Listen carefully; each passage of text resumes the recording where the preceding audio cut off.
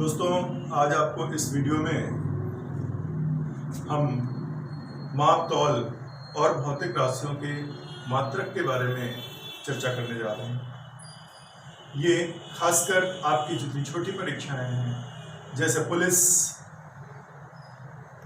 और अभी आने वाली वैकेंसी है लेखपाल की, और टेट और सीटेट, इन परीक्षाओं में मुख्यतः इनका बहुत सारे इनसे प्रश्न बनते हैं।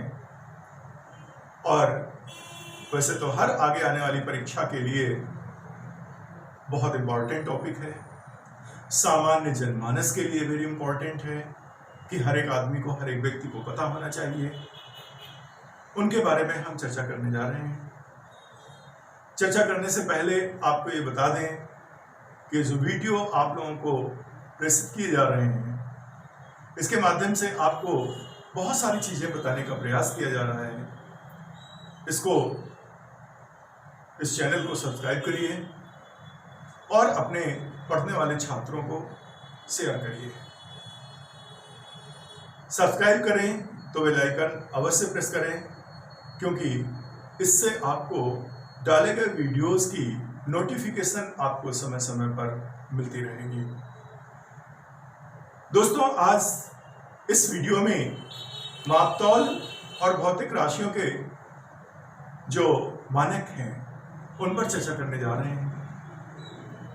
जैसा कि हम लोग जानते हैं कि जो हमारी भौतिक राशियां हैं उसको भी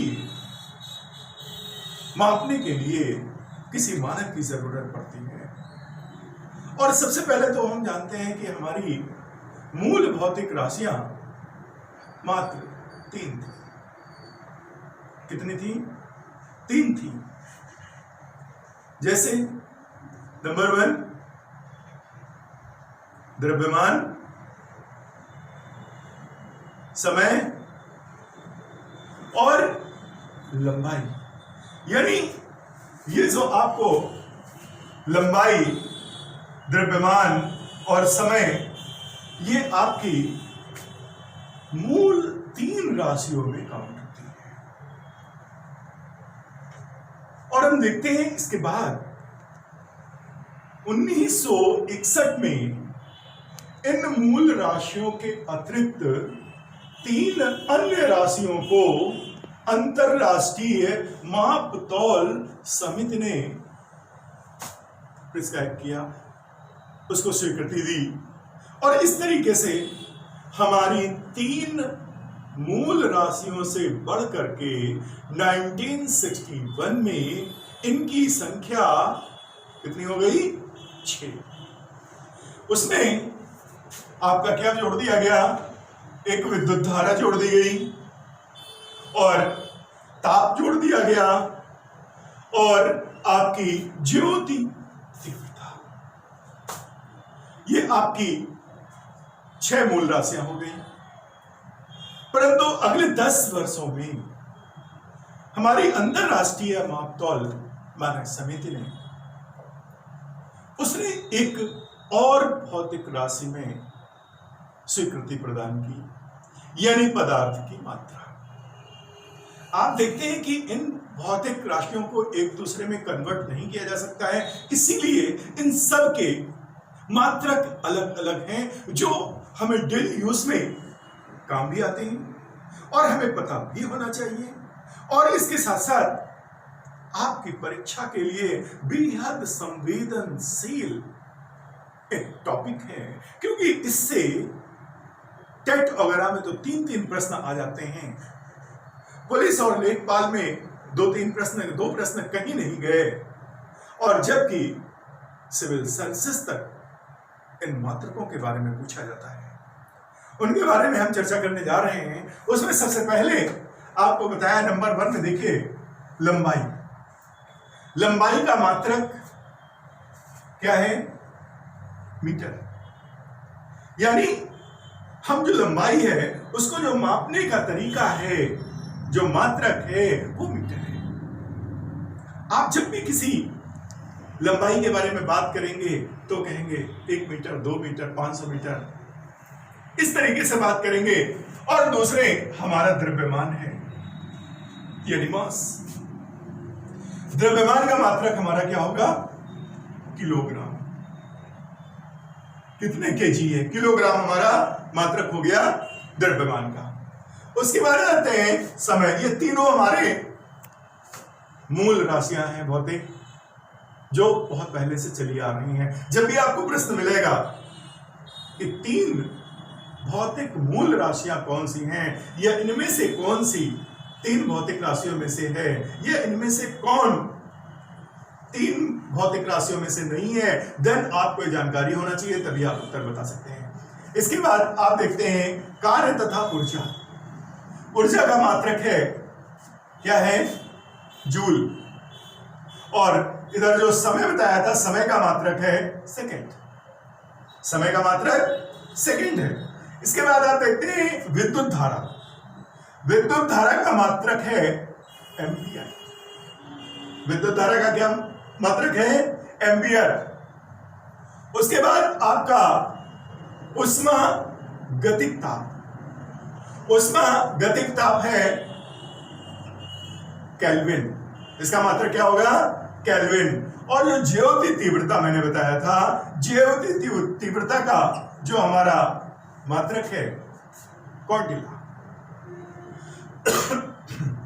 इसके साथ साथ आप देखते हैं कोण का एंगल, इसका रेडियन। आपको साफ साफ दिख रहा होगा बोर्ड पे, रेडियन। और जो ठोस कोण है, ठोस कोण का है स्टेरेडियन। क्या है? स्टेरेडियन। जब भी कठिन शब्द आए उसको 2 या 3 बार बोलिए, वो शब्द अपने आप आपको सरल लगने लगेगा। दूसरी चीज आपका बल। बल का आपका क्या होगा? न्यूटन होगा। क्या होगा? न्यूटन होगा। क्षेत्रफल जो आपका एरिया है, उसको आप कैसे करेंगे? वर्ग मीटर। आप देखते हैं कि 7 मूल भौतिक राशियों के अतिरिक्त बहुत सारी ऐसी हमारी राशियां हैं जिनके मानक की जरूरत पड़ती है, और वो इस तरीके से लेआउट की गई हैं। यानी इसके बाद एक आपका आता है आयतन। आयतन को मापने के लिए हम घन मीटर का प्रयोग करते हैं।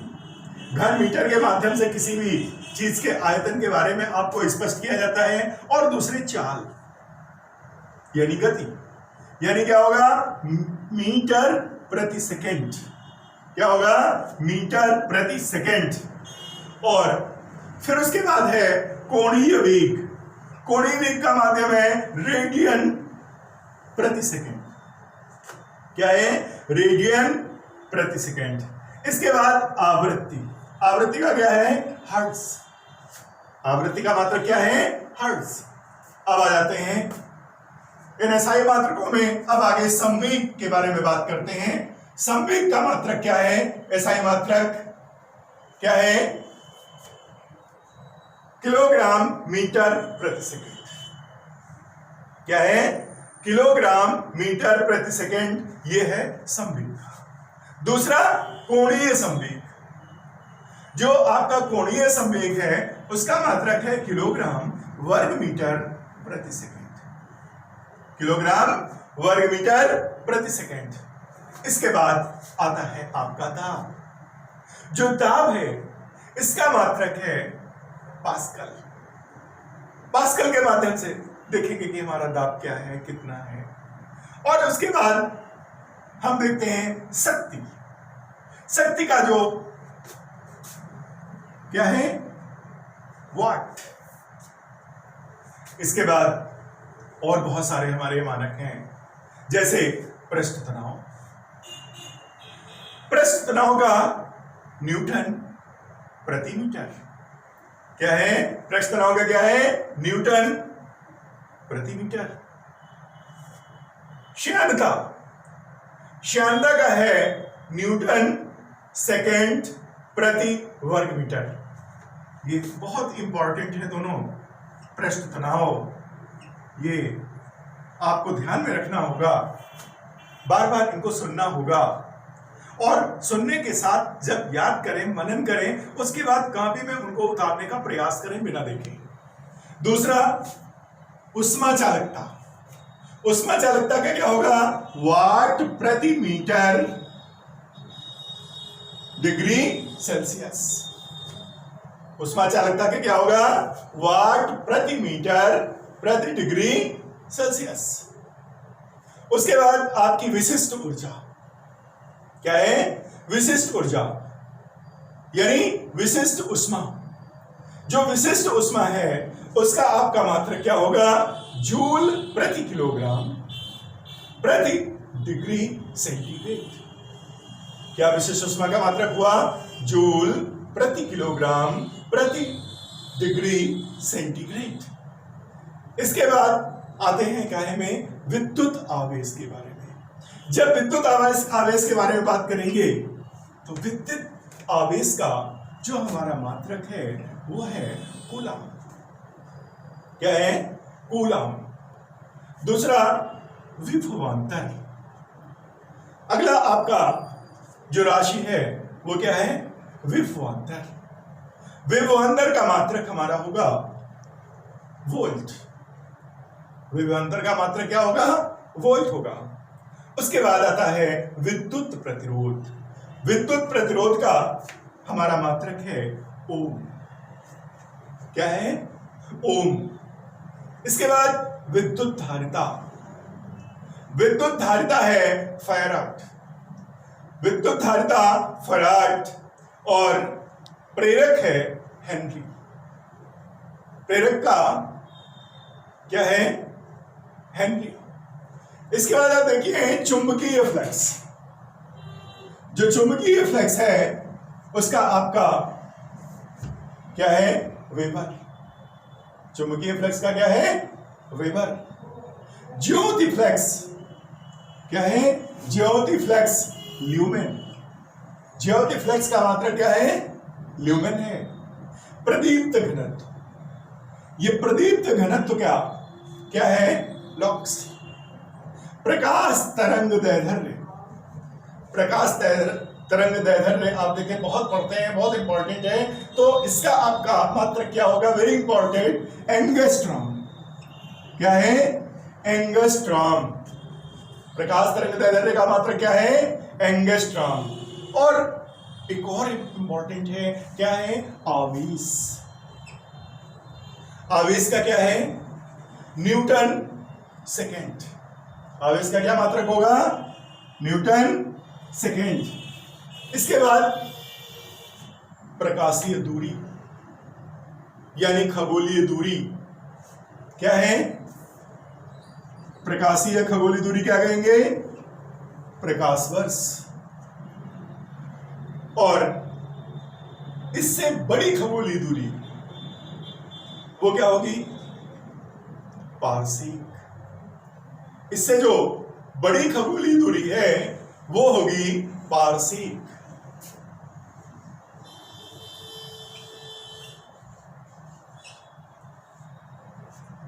ये भी है।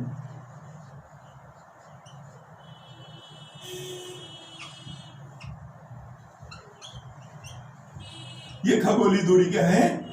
पारसीक। यानी जब ज्यादा दूर होगा तो उसको हम पारसीक का इस्तेमाल करेंगे प्रकाश वर्ष के बाद। तो इस तरह की मैंने आपको जो मात्रक बताए हैं, इस टॉपिक में मात्रक बताने का ही प्रयास किया है जिससे कि आपका ये एक टॉपिक क्लोज हो जाए। इसके बाद आपको अगले टॉपिक में हम किलोग्राम से छोटी इकाइयां, लीटर से छोटी इकाइयां जितनी भी हैं, छोटे से छोटे माप हैं, उनको हम बताने का प्रयास करेंगे, जो वो भी टेट वगैरह में, पुलिस लेखपाल में बहुत ज्यादा पूछे जाते हैं और वैसे तो सिविल सर्विसेज में भी पूछे जाते हैं कि सबसे छोटी मानक दूरी कितनी होगी, जो नैनो में पूछी जाती है। इस तरीके से ये सारी चीजें आपको अगले टॉपिक में बताएंगे। इसी के साथ धन्यवाद देने से पहले एक